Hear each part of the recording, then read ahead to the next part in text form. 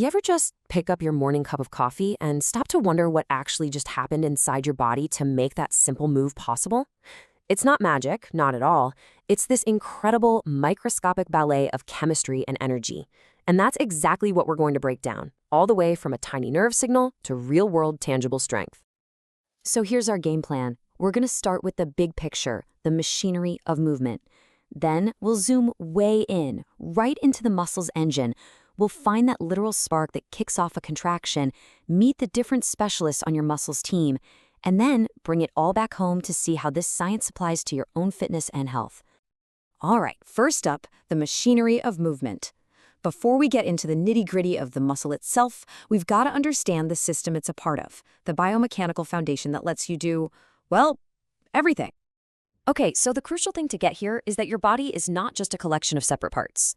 The muscular system and the skeletal system work together as one single integrated unit. They take the biochemical energy, from the food you eat, and they translate it into the mechanical work of walking, lifting, and just plain living. It's a truly brilliant piece of natural engineering. All right, now for the really fun part. We're going to start peeling back the layers and zoom way, way in to find the true source of all your power, the muscle engine itself.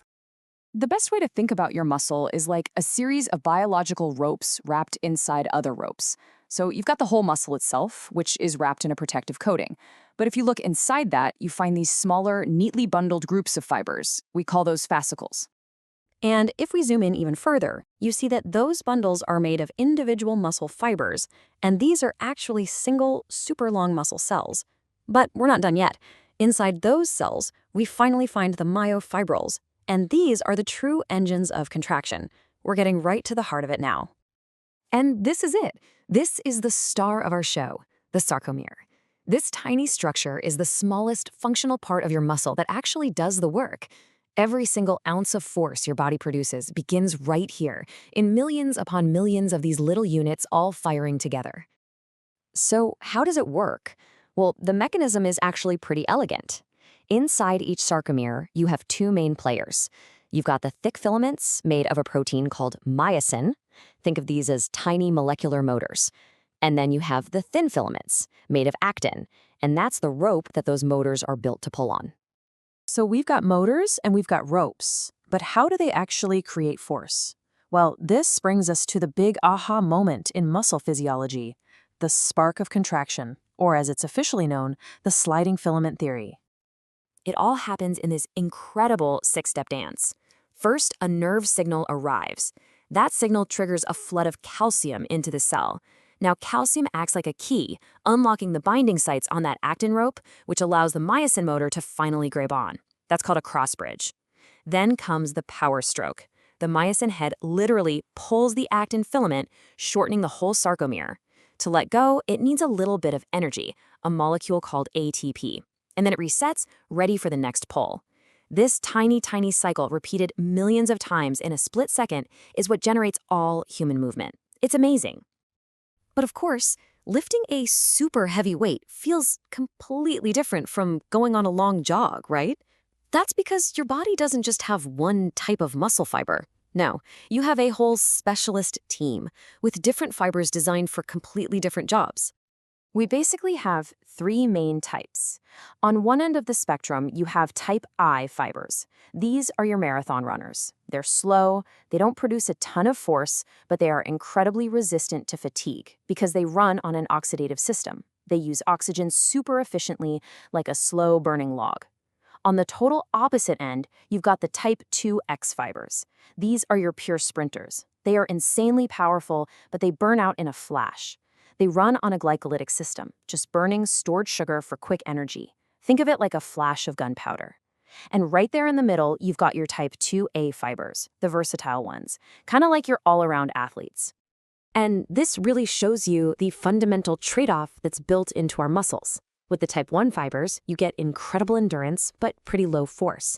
As you move up to type 2A and then 2X, the force production just skyrockets, but your endurance completely drops off a cliff. You simply can't have maximum power and maximum endurance in the same fiber. It's a biological choice. So how does your brain decide which fibers to use? Well, it follows this beautiful, efficient rule called Henneman's size principle. The best way to think about it is like a dimmer switch for your muscles. For a really low force task, like typing on a keyboard, your nervous system just recruits the small, efficient type 1 fibers.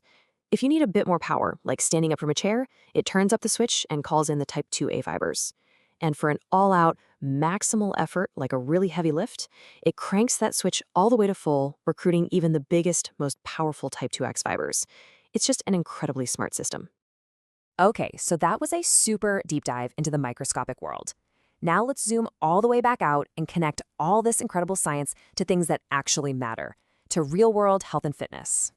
This is where it gets personal, because how you train causes very specific, targeted changes in your muscles. Resistance training, or lifting weights, primarily increases the size of your muscle fibers. That's a process called hypertrophy, and it especially targets those powerful type 2 fibers. Endurance training, on the other hand, doesn't really make the fibers much bigger. Instead, it builds up their internal energy factories, the mitochondria, and improves blood supply, making you way more resistant to fatigue. It's also really important to know that your muscles work in 3 distinct ways. An isometric contraction is when you create tension, but the muscle doesn't change length. Think about holding a plank. A concentric contraction is when the muscle shortens while it produces force, like the up part of a bicep curl. And then there's eccentric, where the muscle actually lengthens while it's under tension, like when you slowly lower that dumbbell. And that last one, that's a key player in rehabilitation. So let's look at a super common problem, tendinopathy. You might know it as runner's knee or that nagging pain in your Achilles. At its core, it's an injury where the neat, parallel collagen fibers that make up your tendon get all disorganized and weak, and that's what causes the pain and problems. So what's the evidence-based solution? It actually uses exactly what we just learned. Strategic eccentric training, that controlled lengthening under a load, provides the precise mechanical signal the body needs. This specific kind of stress stimulates new collagen to grow and, maybe most importantly, helps realign those tendon fibers, restoring the tissue strength.